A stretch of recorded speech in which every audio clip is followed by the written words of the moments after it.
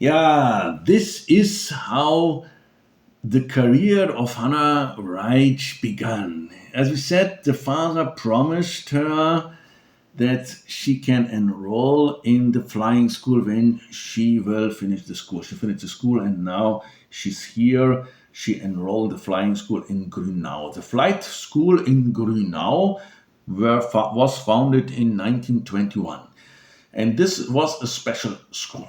The school enjoyed a very good reputation, especially due to the activities of the pioneer of gliding, Wolf Hirth. Wolf Hirth. Wolf Hirth was really a legend in Germany in this time what concerns flying.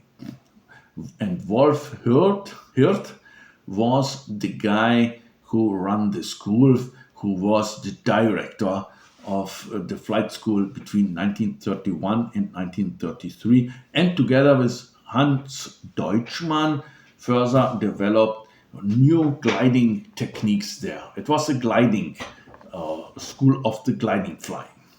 During this time, both Hanna Reitsch and Wernher von Braun. Yeah, this is the guy you maybe heard. He is the guy who later became one of the pioneers of the American rocket and space technology and also of the atomic bomb, Wernher von Braun. Also, Wernher von Braun learned to fly here together with Hanna Reitsch. So we see there's an interesting mixture of people there.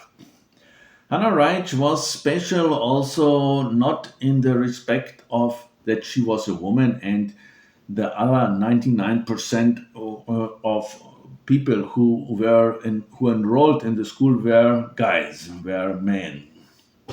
No, there was another thing. She was a very small type of a person with a height of only 1 meter 50. Yeah, she was really a little girl. Hannah received many remarks from men there, like such as "You belong to the kitchen, yeah, you little girl."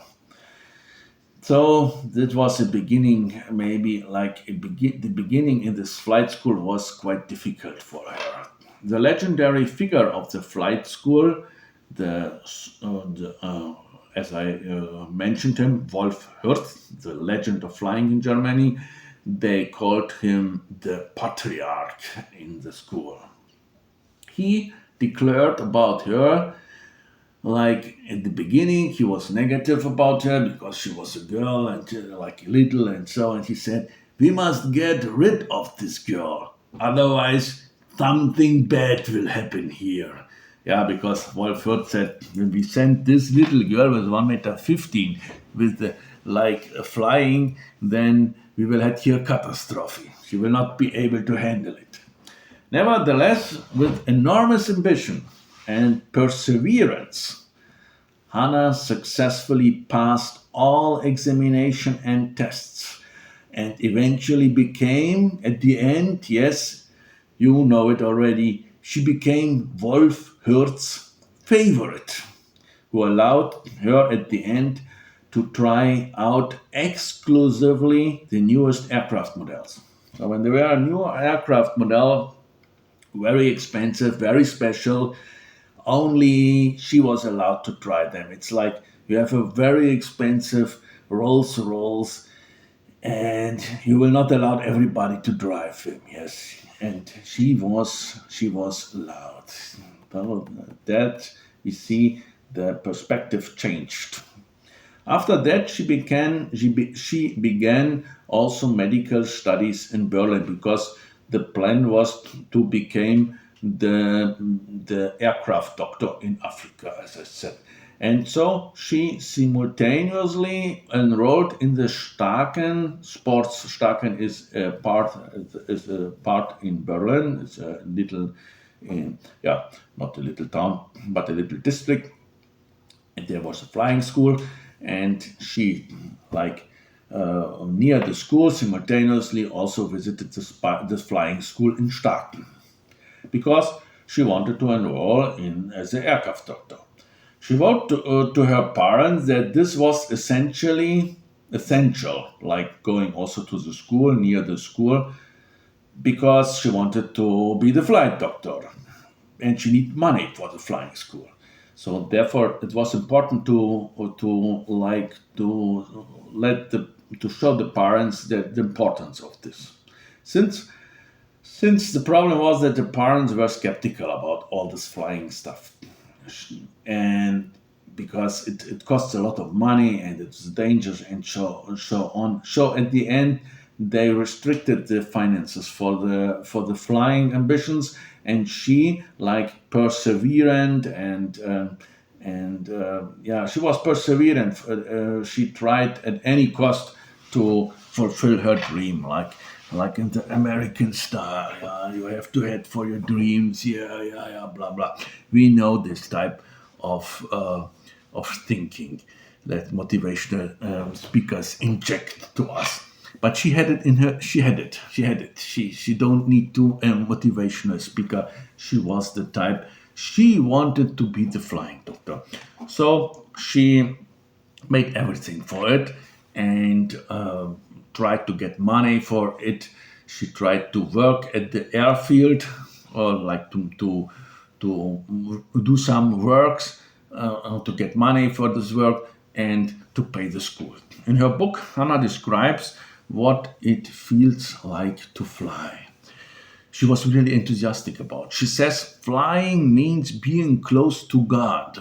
Yeah, that's a lot. That's interesting.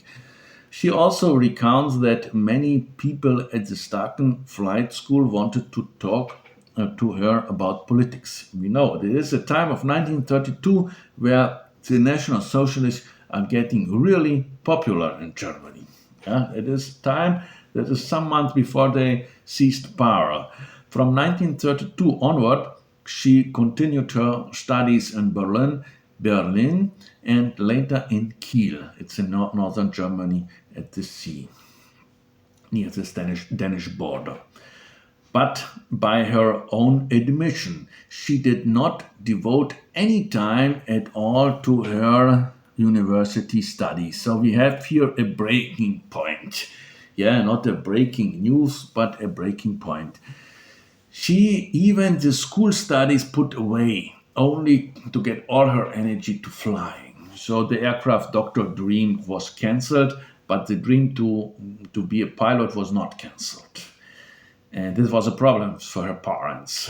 She didn't talk to her parents about that she already canceled the studies in school. That was a thing she tried not to tell them. But later, yes, they knew about it. Wolf Hirth, the director, the pilot legend we mentioned, he was internationally known as a really gliding hero, and he demonstrated at international flight contests his acrobatic flights in New York, for example, in Japan, in South America, and so on. Despite Wolf Hirth was nearsighted, so he has an eye problem, it's like a seeing problem, and we know to see as a pilot is to see good, to have no problems with your eyes is important. And another thing, another handicap Wolf Hirth had is that he lost one leg in a motorcycle accident. So he had only one leg, and the other leg was with a wooden prosthesis. So even with one leg, he was this not expensive, this successful flying guy. After 1933, so the Nazis came to power. Like to remind you of the date. Hanna became Wolf Hirth's assistant, like the first assistant at the flight school in Grünau, and later she worked also as an instructor. So Wolf Hirth saw the potential in this woman and gave her the job. So she get to be a professional instructor. Soon, Hanna Reitsch also made also set numerous records in gliding. in distance gliding, in acrobatic flying, and endurance flights, everything connected to gliding flying. She broke world records, worked as a stunt woman and pilot for the UFA Film Studio. The UFA Film Studio was something in Berlin, near Berlin, like Hollywood in America. She participated and in international gliding competition also in South America and also worked as an instructor in Finland. She was the first woman to cross the Alps in a glider. So to cross complete the Alps, the mountains of the Alps. So I don't know, it's 500 kilometers or yeah, in a glider. However, gliding soon proved insufficient for her, and in 1937 she joined the newly established Luftwaffe, where she wished to test new powered aircraft. So there's a change from gliding, flying to really powered aircraft, and then we are in the military. The Luftwaffe was then so the aircraft, the military aircraft organization German was then back then under the leadership of Ernst Udet. And they really sought for experienced pilots. They needed experienced pilots because Germany in then was preparing for war. Was building the Luftwaffe from zero, and they need also test pilots. They need good pilots to test and to develop new fighter planes and bombers. So that was where Hanna Reitsch came into play. That same year, Hanna began testing, so she began working for the Luftwaffe, for the military organization, and Hanna began testing the Junkers U-87 Stuka. It's a dive bomber, and the Dornier Du-17 bomber.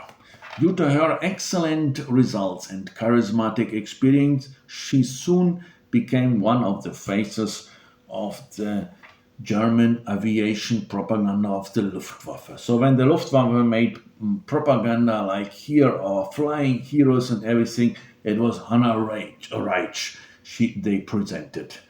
So she was really famous in Germany back then.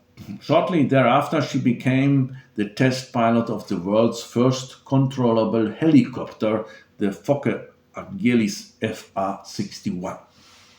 Yeah, she was then the first one who working with helicopters. In 1938, at the Berlin Motor Show, Hanna gave helicopter demonstrations every evening inside the Deutschlandhalle Arena. So inside a building, it is a big building, the Deutschlandhalle standing today. And inside the building, she made helicopter appearances, demonstrations. As she later wrote in her memories, I became a variety artist performing as a helicopter pilot on Berlin stages alongside fakirs, dancers, and clowns. Yeah, we see like she was feeling about that. For safety reasons, Reichsmarschall Göring allowed only who was later the chief of the Luftwaffe. She allowed only her to fly helicopter at mass events in the streets of Berlin. Yeah, and now we will speak about Second World War. It is another chapter in her life.